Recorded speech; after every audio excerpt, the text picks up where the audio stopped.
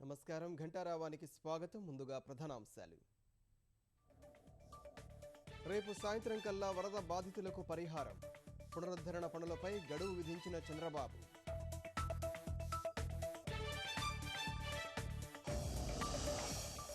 శ్రీశైలం జలాశయానికి పెరిగిన వరద ఉధృతి, 878 అడుగుల వద్ద జలాశయం నీటి మట్టం.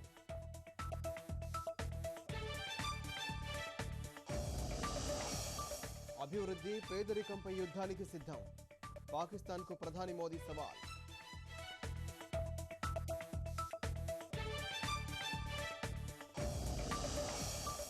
విజయవాడలో కళాశాలల విద్యార్థుల త్రికేరన్, రహదారి భద్రతపై అవగాహన కోసం పరుగు.